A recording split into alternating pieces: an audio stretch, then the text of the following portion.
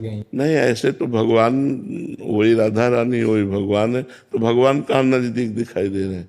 अगर दूर देखोगे तो भगवान दूर दिखाई देंगे, और नजदीक देखोगे तो सबसे नजदीक भगवान है, हृदय में भगवान है।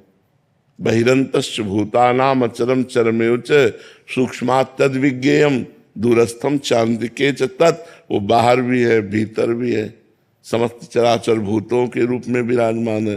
वो दूर भी है नजदीक भी है, जैसा मानो वैसा ही वो है। अगर मानते हो कि भगवान की कृपा प्राप्त होना बहुत कठिन है तो बहुत कठिन है। अगर मानते हो कि हम भगवान के बच्चे हैं, हम पर तो कृपा है, कृपा क्या प्राप्त करना है, कृपा है।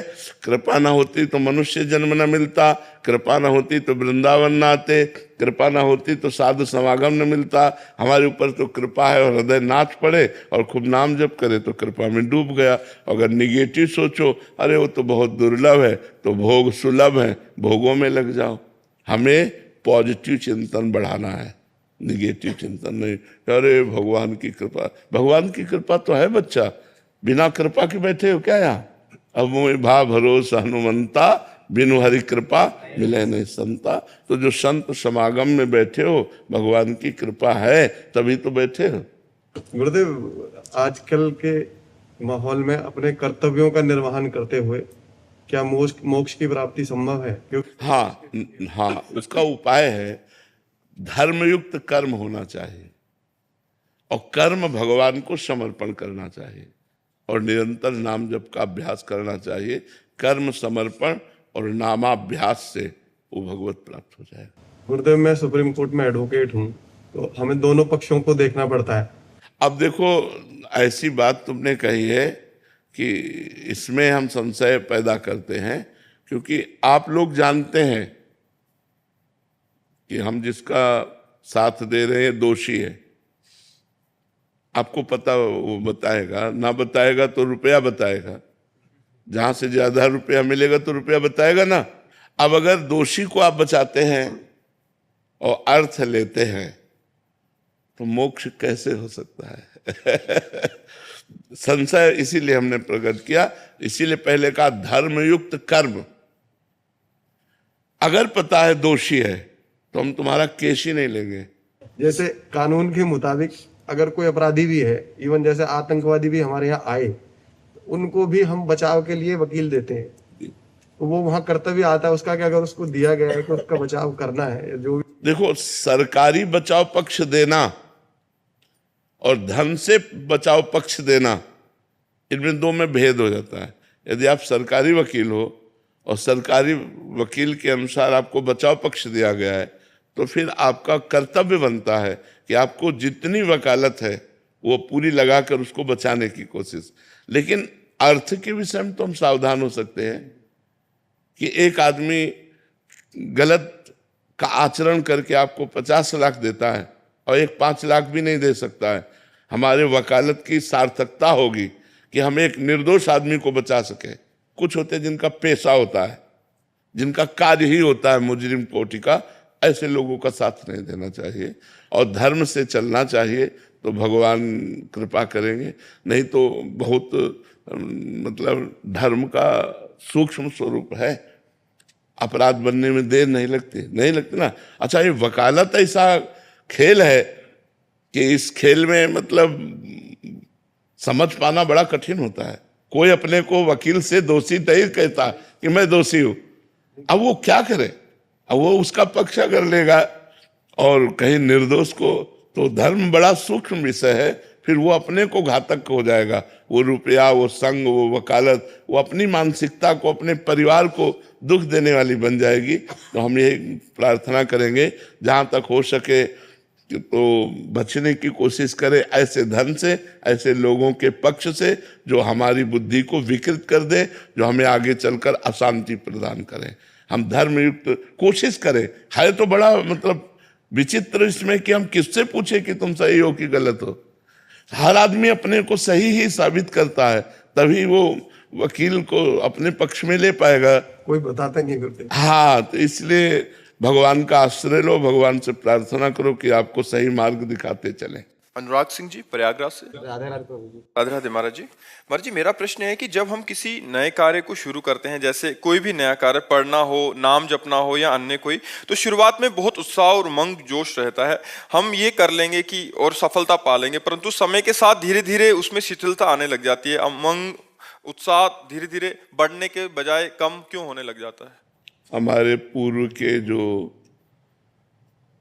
अशुद्ध आचरण है वो हमारी उत्साह को क्षीण करते रहते हैं, और जो पवित्र आचरण है वो उत्साह को बढ़ाते हैं। तो हमें चाहिए भगवान नाम जप और बढ़ावें, जिससे हमारे पूर्व के अशुद्ध आचरण, जो अशुभ आचरण है, उनकी जो अधीनता है वही हमको असफलता की तरफ ले जाती है।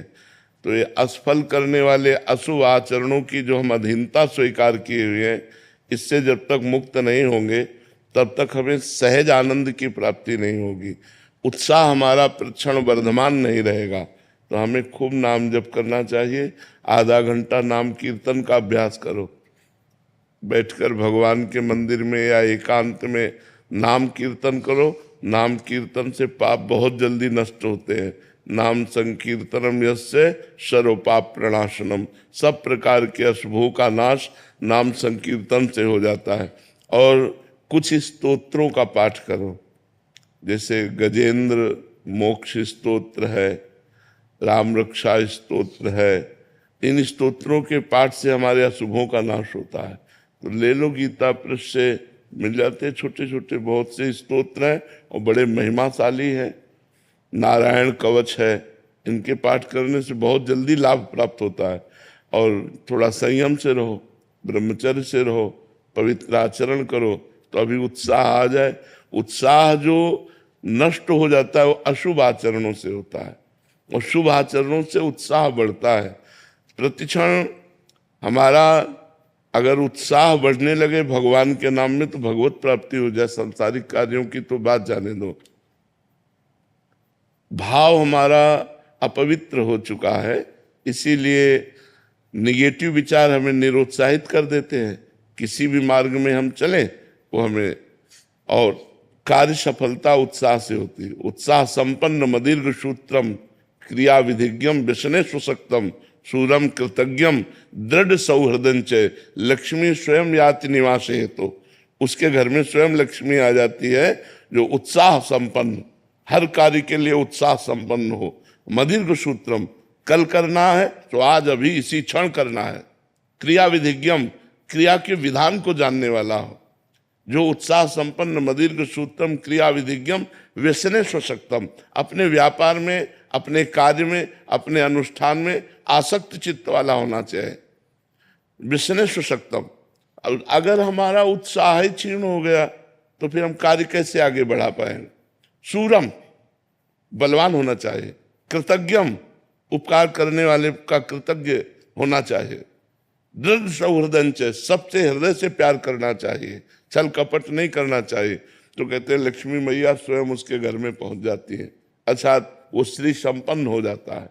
उत्साह संपन्न मदीर्घ सूत्रम क्रिया विधिज्ञम व्यसने सुशक्तम सूरम कृतज्ञम दृढ़ सौहृदंच लक्ष्मी स्वयं याति निवास है। तो हम नाम जप करें, नाम कीर्तन करें, और गंदे आचरणों से बचें, गंदे दृश्यों से बचें, गंदे लोगों के विचारों से बचें। महंत विराट गिरी जी, जूनागढ़। राधे राधे। राधे राधे महाराज जी। महाराज जी, मुझ अधम पर आपकी बहुत कृपा हुई है, आप ऐसे ही अपनी कृपा दृष्टि बनाए रखिए। आपसे गुरुवर मेरी सामर्थ्य तो नहीं है प्रश्न करने की, पर फिर भी अज्ञानी हूँ, आप ज्ञान का प्रकाश दें। महाराज जी, क्या पंचाक्षरी मंत्र को किसी गुरु द्वारा प्रदान किया गया हो अगर, तो जप करने हेतु उसमें कोई निषेध तो नहीं है? जैसे किसी मतलब अनुष्ठान से नहीं दिया, बट एक संत वेशधारी ने बोल दिया जाओ पंचाक्षरी ये मंत्र है, इसको जप करो, तो गुरु ही हो गए। अच्छा, उसको वाचिक जप में कर सकते हैं? नहीं, मंत्र कभी वाचिक जप नहीं हो, उपांश या मानसिक दो ही होते हैं। मैंने सुना आपके श्रीमुख से, हाँ। पर काफी जगह फैले हुआ बहुत ऐसा लोगों को पता नहीं रहता। जैसे हम आजकल मर्जी स्पीकर आदि में भी पंचाक्षरी मंत्र या ये सब अमंगलकारी है, कीर्तन कर रहे हैं। ये सब अमंगलकारी है। जैसे द्वादशाक्षर मंत्र है, पंचाक्षरी मंत्र है, इनका जो कीर्तन करवाया जाता है अमंगलकारी है, कीर्तन नहीं है। कीर्तन है महामंत्र का करो, श्री राम जय जय राम, इसका कीर्तन करो। और भगवान नाम है, भगवान नामों का कीर्तन करो, मंत्रों का कीर्तन नहीं। महामंत्र का कीर्तन होता है, नामों का कीर्तन होता है, मंत्रों का कीर्तन। ये कलयुग का प्रभाव है कि बुद्धि को ऐसा मलिन किए है कि पंचाक्षरी मंत्रों का कीर्तन करवाया जाता है। द्वादशाक्षर मंत्रों, ये कहाँ लिखा हुआ है? ये सब मनमानी आचरण है। जल्दी कल्याण हो जाएगा। कल्याण नहीं होगा, अमंगल हो जाएगा। जो जिसका जो विधान, अब पंचाक्षरी मंत्र का विधान है कि गुरु से एकांत में घंटा ध्वनि शंख ध्वनि के बीच में अपने शिष्य को कान में मंत्र देता है। अब उसे आप संगीत के द्वारा और साउंड के द्वारा उच्च स्वर, ये सब नहीं। काफी लोगों ने गाड़ियों के आगे पूरा मंत्र लिखा होता है, घरों में क्या है? नरक जाने का रास्ता है, नरक जाने का मंत्र का अपमान कर रहे हो। ये गाड़ियों में लिखने वाला कि हृदय में लिखने वाला मंत्र है। आप शिव पुराण में देखो पंचाक्षरी मंत्र कैसे विधान है उसका, शिष्य को देने का। पंचाक्षरी मंत्र कीर्तन करने का थोड़ी। अब वो चल गया है फिल्मों में, सिनेमा में, कि भाई वो उच्चारण कर रहे हैं तो उसी का कीर्तन सुनिए, ऐसे थोड़ी है। मंत्र कोई भी जब किया हो ऋषि तो ऐसे थोड़ी कि वो बैठे और उच्चारण कर रहे हैं, ऐसे मंत्र थोड़ी कोई सिद्ध होता है। सिद्ध तो ऐसे होता है, अंदर ही अंदर चल रहा, कोई जान नहीं रहा। वो तो नाटक दिखाने के लिए वो ऐसा कर रहे हैं, तो नाटक थोड़ी सत्य होता है। आजकल जो देखते हैं महाराज जी, जो देखते हैं और जो समाज में चल रहा होता है, प्रचलित होता है, उसी को अनुसरण करने लग जाते हैं। उसका वास्तविक यथार्थ क्या रहस्य है उस बात को इन मंत्रों को सबसे प्रार्थना है ऐसे जपो भी नहीं, पहले गुरु से लो और फिर जपो। गुरुमुख होकर मंत्र लो और फिर उसको पवित्र स्थान में, पवित्र आसन पर बैठकर या पवित्र वस्त्र धारण करके तब आप नाम मंत्र जप करो। नाम किसी भी स्थिति में जप सकते हो, नाम कीर्तन खूब करो, इसके लिए कोई मना नहीं, लेकिन मंत्र कीर्तन मत करो। मंत्र जप होता है, मंत्र कीर्तन नहीं होता है। नाम कीर्तन होता है, नाम संकीर्तनम यस्य, नाम कीर्तन बात कही गई। मंत्र को दो प्रकार से जपा जाता है, उपांशु या मानसिक। नाम को तीन प्रकार से जपा जाता है, वाचिक, उपांश और मानसिक। तो ये शास्त्रीय पद्धतियों को जब तक नहीं माना जाएगा तो किसका कल्याण हो रहा है? और विकार बढ़ेंगे, मनमानी आचरणों की वृद्धि होगी। नहीं तो मंत्र जपने से हृदय पवित्र होता है और भगवत साक्षात्कार की योग्यता आती है। महाराज जी, आप कह रहे हैं कि मुझे गुरु द्वारा दत्तात्रेय मंत्र जपने को दिया था महाराज जी, तो मैं चलते फिरते जप सकता हूँ? पवित्र अवस्था में। यदि असाधु तो पवित्र ही रहता है। लघु शंका आदि में जल का प्रयोग करना, फिर हाथ पर प्रक्षालन करके आचमन करना और फिर मंत्र जपो, पवित्र। वाचिक जपने के लिए बोला गया। वाचिक नहीं, गलत है, गलत उपदेश है, गलत उपदेश। वाचिक मंत्र नहीं जपा जाता है। सब रूपों में इसीलिए गुरु बैठे हुए हैं। अखंड मंडलाकारम व्याप्तम येन चराचरम तत्पदम दर्शितम तस्मै श्री गुरुवे नमः। अखंड मंडलाकारम व्याप्तम, तो जो गुरुदेव के वाक्य है मंत्र उनका पकड़ो। और लेकिन उपांश और मानसिक जपा जाती है, बात हमारी समझो। तस्मात् शास्त्रम प्रमाणम ते कार्या कार्यो व्यवस्थित हो। शास्त्र के अनुसार कार्य करना चाहिए, मनमानी आचरण नहीं करना चाहिए। सुगम सिंह जी, कानपुर देहात। राधे राधे महाराज जी। महाराज जी, अनन्य भक्ति के कारण अर्जुन जी को भगवान जी का विश्व रूप का दर्शन हुआ। महाराज जी, अलग अलग प्रसंगों में कह रहे कि आपको देखा गया है कि भगवत दुर्गा जी और भगवान शिव जी की भी भक्ति करते हुए देखा गया, किंतु उनकी अनन्य भक्ति खंडित नहीं हुई महाराज जी। वो स्वयं अपना अनन्य भक्त स्वीकार किया प्रभु ने। अनन्यता का तात्पर्य महाराज जी क्या है? एक के सिवा दूसरा ना अनुभव में आना। जैसे मीरा जी अनन्य मेरे तो गिरधर गोपाल दूसरो न कोई। जैसे गोस्वामी तुलसीदास जी कह रहे हैं, एक भरोसो एक बल एक आस विश्वास एक राम घन श्याम हित चातक तुलसीदास। चातक की तरह अपने इष्ट में मन लगा लेना। जैसे गोपी जन कहते हैं, उधो मन न भये 10-20 एक हुतो सो गयो श्याम पे को आराधे। अब तुम ईश्वर की महिमा और भक्ति की बात करो। मेरे हृदय में ना ही न रहो ही अमा ठौर। नंदन नंदन अक्षत, नंदन नंदन विराजमान, अब जगह नहीं रह गई हृदय में। हमारा मन तो प्रभु श्री कृष्ण में चला गया, अब तुम्हारा उपदेश कौन सुने। गोपीजन कहती है अनन्यता का स्वरूप होता है भगवान के किसी एक रूप में, एक नाम में आसक्त हो जाना। समझ रहे हो, अन्य ना स्वीकार करना। जो अन्य जब तक दिखाई देता है तब तक वो सही भक्ति नहीं होती। जैसे कृष्ण तो वासुदेवा स्वरमिति, राम तो सीय राम में सब जग जानी, ब्रह्म तो सर्वम खलमिदम ब्रह्म, ईश्वर ईशावास्यमिदम सर्वम यत् किंचे जगत्याम जगत, सब। अगर श्यामा श्याम तो चिद चिद लक्षणम सर्वम राधा कृष्णमयम जगत। अपने इष्ट को संपूर्ण विश्व में देख लेना, यही अनन्यता है।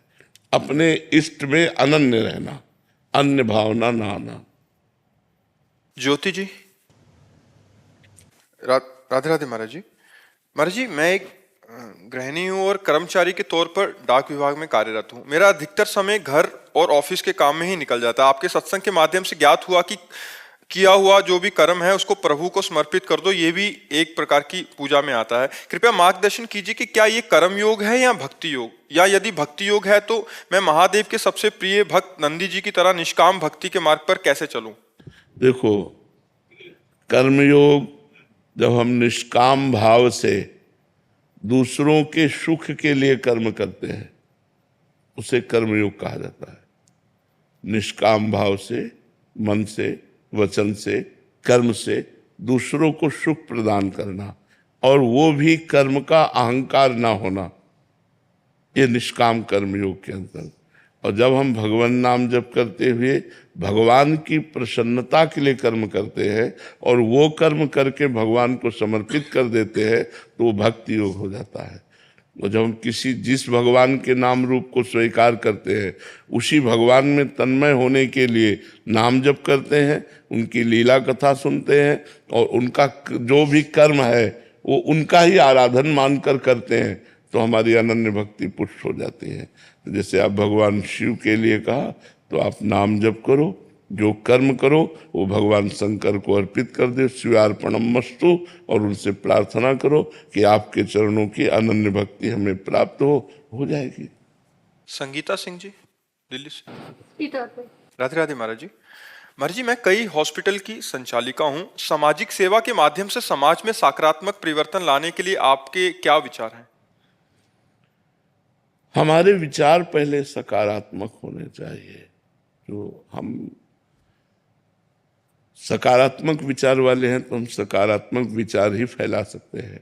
अगर हमारे विचार नकारात्मक हैं तो हम सकारात्मक का नाटक कर सकते हैं लेकिन सकारात्मकता नहीं ला सकते हैं। सकारात्मकता कब आएगी? जब हमारे अंदर शांति होगी, हृदय प्रसन्न होगा, तब पॉजिटिव विचारों का उत्थान होता है। जब हमारा हृदय चिंताग्रस्त होता है, भययुक्त होता है, विषादयुक्त होता है तो नकारात्मक भावों का सृजन होता है, निगेटिव बातें हमारे अंदर आती है। तो हमारे अंदर भय न रहे, चिंता न रहे, शोक न रहे, हर समय उत्साह बना रहे, इसके लिए हमें क्या करना चाहिए? इसी से पॉजिटिव भाव आते हैं। निर्भयता से, निश्चिंतता से, निशोकता से पॉजिटिव भाव आते हैं, सकारात्मक भाव आते हैं। इसके लिए हमें भगवान की शरण में होकर भगवान का स्मरण करना चाहिए। जो भगवान की शरण में है और भगवान के स्मरण में है उसके रोम रोम से पॉजिटिव विचार, संस्कार ये फैलते रहते हैं अपने। इसीलिए तो संतों का समागम किया जाता है। संतों का समागम क्यों किया जाता है? पॉजिटिव विचार के लिए।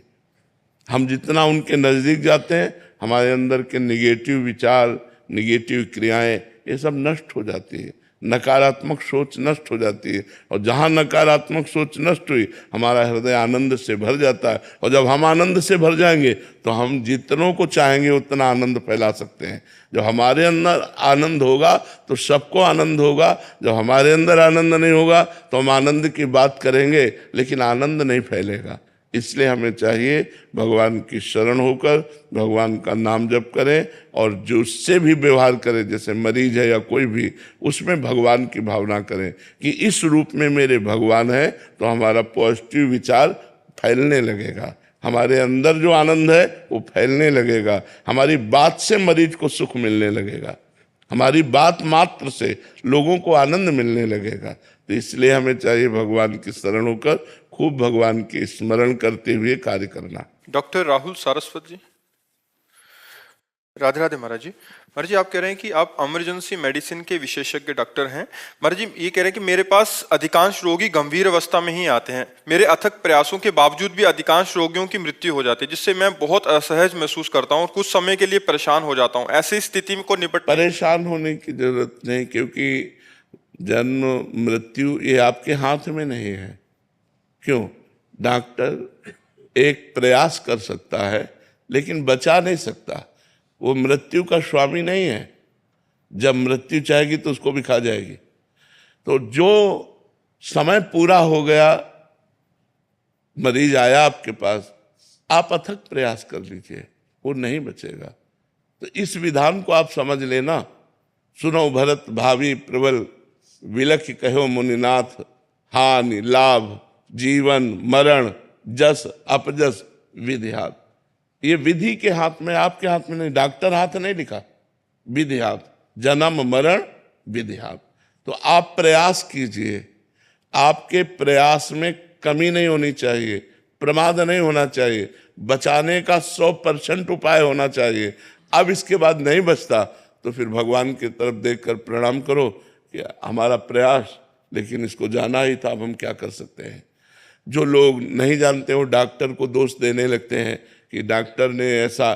अगर आयु खत्म तो खत्म, चाहे वो डॉक्टर हो, चाहे मास्टर हो, चाहे महात्मा हो, चाहे दुरात्मा हो, आयु खत्म तो खत्म। फिर इसके बाद एक श्वास भी नहीं ले सकता। इस विधान को सबको जानना चाहिए। इस लोक का नाम मृत्यु लोक है। यहाँ सबकी मृत्यु निश्चित है पहले से, हमें नहीं पता है। तो अगर कोई सीरियस मरीज आता है, आप उसका उपचार करते हैं, फिर भी नहीं बचता है, तो आपको शोकित नहीं होना चाहिए, क्योंकि आपने अपना प्रयास कर लिया। परिणाम भगवान के हाथ में, प्रयास आपके हाथ में। प्रयास में कमी नहीं होनी चाहिए, परिणाम भगवान जाने। तो फिर आपको शोक नहीं करना चाहिए, क्योंकि जाना यहाँ सबको है। अब वो किस बहाने से जाता है, कब जाता है, कैसे जाता है, ये भगवान का विधान है। उसी विधान में आप एक सेवा में हैं। अंतिम समय आपके पास आया, बचने का समय है तो आपका प्रयास सफल हो गया, और बचने का समय नहीं तो असफल हो गया। इसलिए आपको निराश नहीं होना चाहिए। जी। निरंजन कुमार ठाकुर जी। जी, हम अपने जीवन की आध्यात्मिक एवं सामाजिक सेवा का उत्थान महाराज जी कैसे करें? आध्यात्मिक और सामाजिक सेवा का उत्थान। पहली बात तो शास्त्रों का स्वाध्याय और संतों का संग, ये दो बातें अनिवार्य है, क्योंकि इसी के द्वारा हम जान पाएंगे कि अध्यात्म किसे कहते हैं।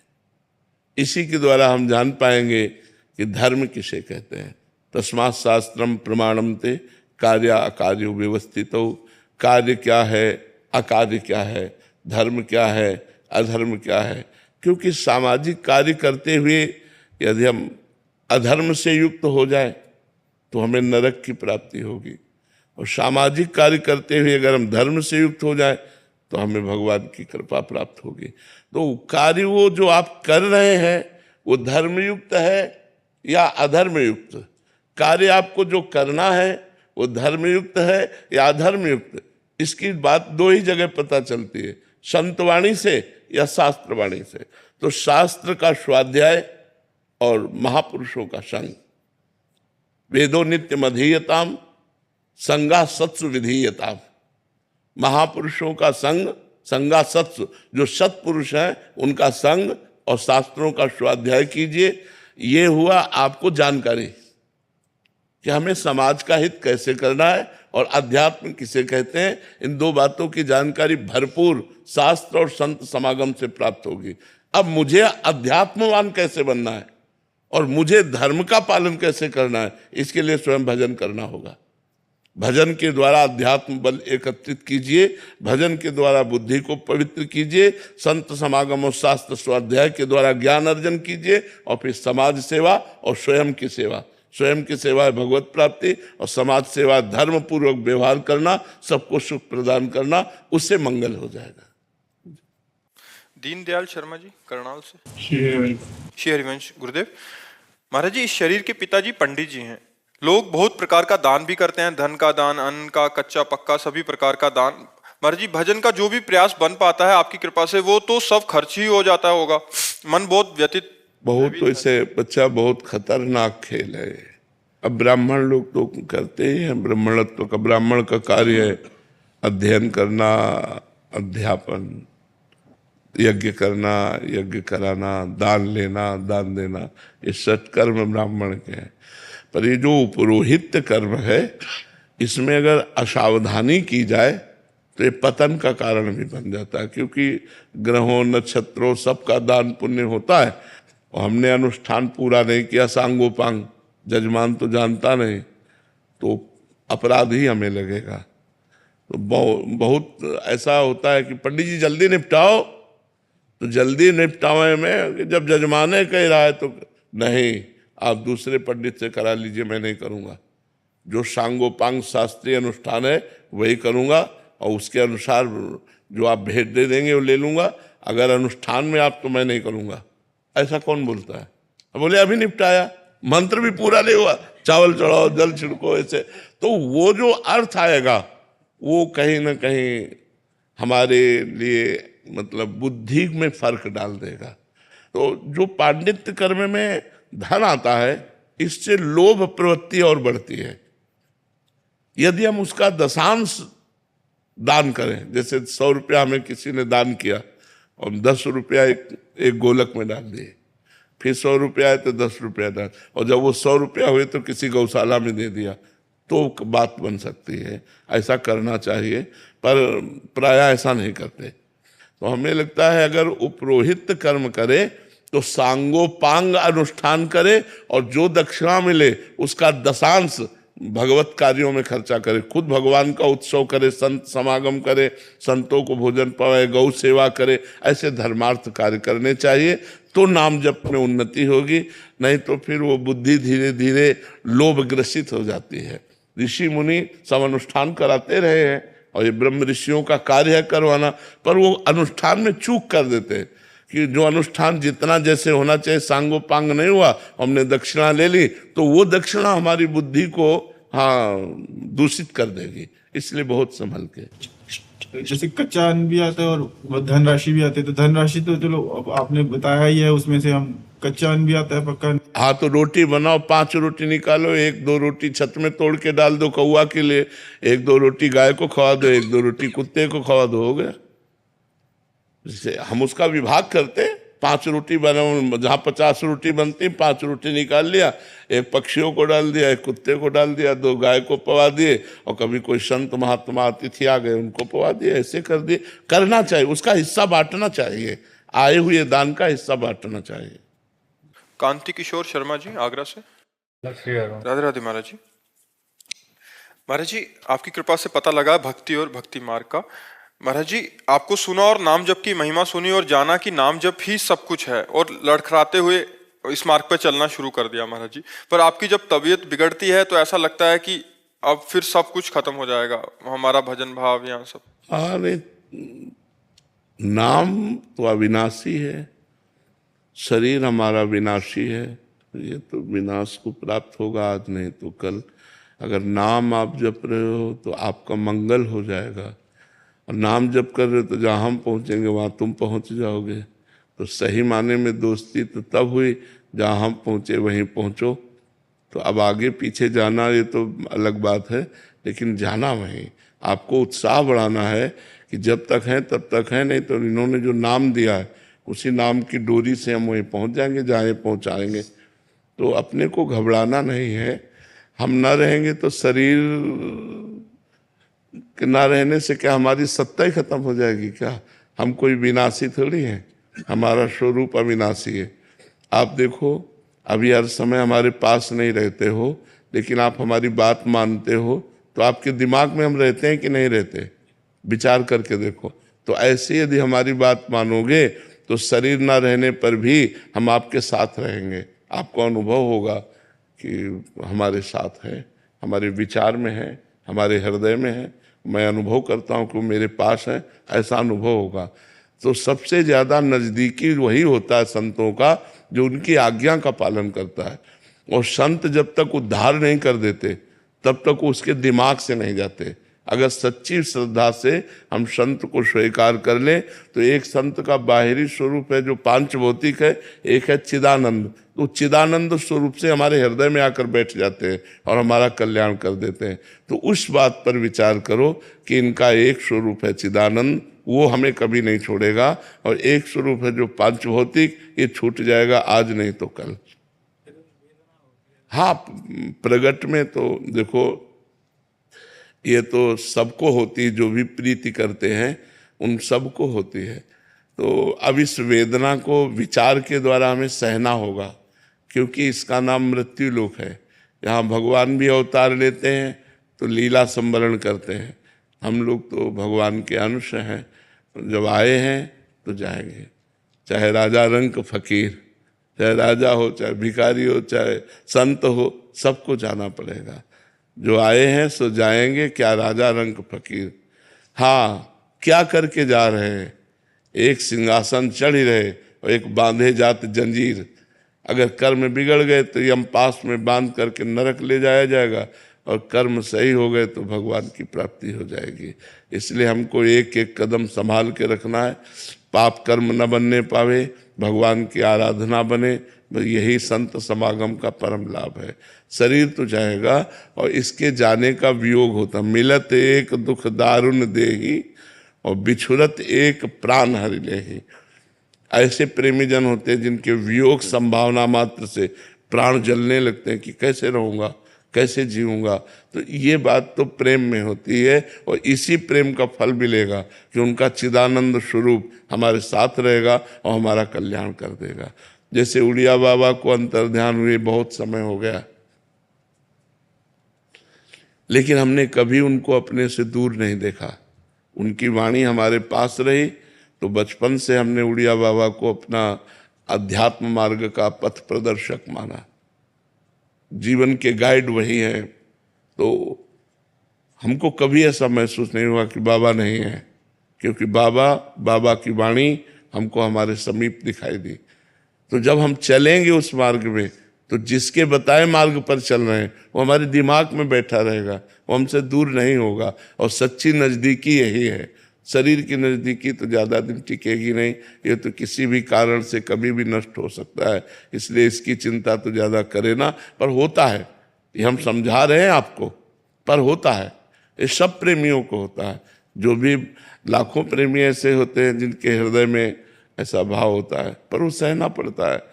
भगवान के वियोग में कितना दुखित हुए लोग जब अंतर्ध्यान हो गए। जगह जगह भगवान के प्रेमी जनों के वियोग में, आचार्यों के वियोग में, तो ये सहना पड़ता है। प्रेमियों को ये सहना पड़ता है, ये तो सहना ही पड़ेगा। अभी रील वायरल हो गई थी आपके बारे में, तो हाँ, ऐसा लगा था कि बस अब हाँ, कुछ ज्यादा करके वायरल कर दिया। नहीं, इतना सीरियस नहीं थे, कुछ ज्यादा कर। हॉस्पिटल तक भी ठीक था महाराज जी, अब तो ऐसे ऐसी वीडियो करने लगे कि रंगत बोल दिया था, तो ऐसा बोल दिया। अच्छा महाराज जी, अच्छा वो तो व्यूज के लिए कुछ भी करते थे, हम यहाँ तंग हो जाते हैं महाराज जी। अच्छा, हम तो आपको देख रहे हैं, पधार गए ऐसा भी बोल दिया। ऐसे महाराज जी बहुत सारी रील, मतलब अपने व्यूज के चक्कर में कोई भी ऐसा कुछ भी कर रहा है महाराज। इससे क्या होता है महाराज जी, ऐसा उनको, लोगों को जो ऐसे वीडियो बनाते हैं उनको समझना चाहिए अपराध है, मतलब भागवतिक अपराध है। जैसे हजारों लोग दुखी हुए तो उस दुख का कारण आप बने ना, फिर आपको भोगना पड़ेगा। व्यूज रुपया दे सकता है लेकिन अपराध से मुक्त नहीं कर सकता है। ये भाव का खेल है, इसमें गेम नहीं खेलना चाहिए महाराज जी। बहुत ज्यादा ऐसे हॉस्पिटल तक तो ठीक, फिर भी बट वो अच्छा पूरी ऐसी झांकी बनाई है, फोटो एक लगा रहे हैं फिर आपकी लगा रहे हैं, ऐसे करके पूरी एडिटिंग इतनी तगड़ी वाली किया हुआ है कि कोई भी सत्य मान लेगा महाराज। उससे क्या होता है महाराज जी, बहुत सारे भक्त, उससे जो भक्तों के हृदय में दुख पहुंचता है, उसके परिणाम में ऐसा जो करता है उसको अच्छा नहीं रहता, उसके लिए वो दुखदायक हो जाएगा। व्यूज, मैं कल जा रहा था, यहाँ को आ रहा था, पिताजी ने एकदम फोन किया कि तू वहां जा रहा है, वो तो रहे नहीं। अब मेरा दिमाग खराब हो गया, मैंने किसकी बात लेकिन करूं। नहीं, आप कह देना पिताजी से मैं बात करके आ रहा हूँ। लौट आए, कह देना लौट आए हैं, अभी हम बात करके आ रहे हैं। ऐसा नहीं है। हाँ, इससे भक्तों को बहुत दुख होता है। महाराज जी 2020 में जो बहुत ज्यादा तबीयत खराब हुई थी, जब आपका मतलब ये कैथेटर चेंज होना था, तो उस समय की वीडियोस हॉस्पिटल जाते हुए की, उस समय जो आप हॉस्पिटल में थे, या जो आपने संदेश दिया था कि आप सभी भजन करते रहना, और ऐसा लग रहा है कि अभी अच्छा सब 2020 में तो शायद नहीं जानते हो, कुछ लोग आज जुड़े हों, उनको लगता है कि यही सत्य है, और उसी पे यकीन करके महाराज जी बहुत ज्यादा भावुक हो जाते हैं और रोने लग जाते हैं। मतलब कितने जने रोने लग जाते हैं, कितने यहाँ भीड़ लगा लेते हैं, क्या हाँ एक बार दिखा दो, सच बोल रहे हो ना, सच बोल रहे हो। हाँ, पर नहीं, ऐसा नहीं करना चाहिए लोगों को, क्योंकि भाव के साथ नहीं खेलना चाहिए, किसी के भावों के साथ नहीं। ये श्रद्धा और भक्ति का मार्ग है, इसमें ज़्यादा मतलब उद्दंडता नहीं करनी चाहिए, नहीं फिर भागवतिक दंड विधान लागू हो जाते हैं। ये जो लोग यूट्यूब में इस तरह का यूट्यूब, फेसबुक, इंस्टाग्राम, इस पे सब पे रील वायरल कर देते हैं। हाँ, तो उससे क्या होता है कि भावुक जनों के हृदय में जो दुख पहुंचता है, वो दुख एकत्रित होकर जब आपको परिणाम मिलेगा, क्योंकि आप गलत है, आपने गलत न्यूज़ दी, तो उसका जब परिणाम आपको आएगा तब आप संभाल नहीं पाओगे। इसलिए सबसे प्रार्थना है कि जानकारी, सही जानकारी ही समाज को दी जाए, गलत जानकारी न दी जाए, जिससे कोई भी जानकारी गलत नहीं देनी चाहिए, सही जानकारी देनी चाहिए, तभी तो उसका महत्व है। अब स्वास्थ्य ठीक है?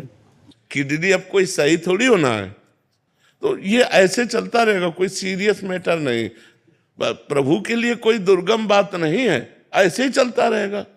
कहो 10 साल ऐसे निकाल दे और कहो सामना हो, उनका खेल है।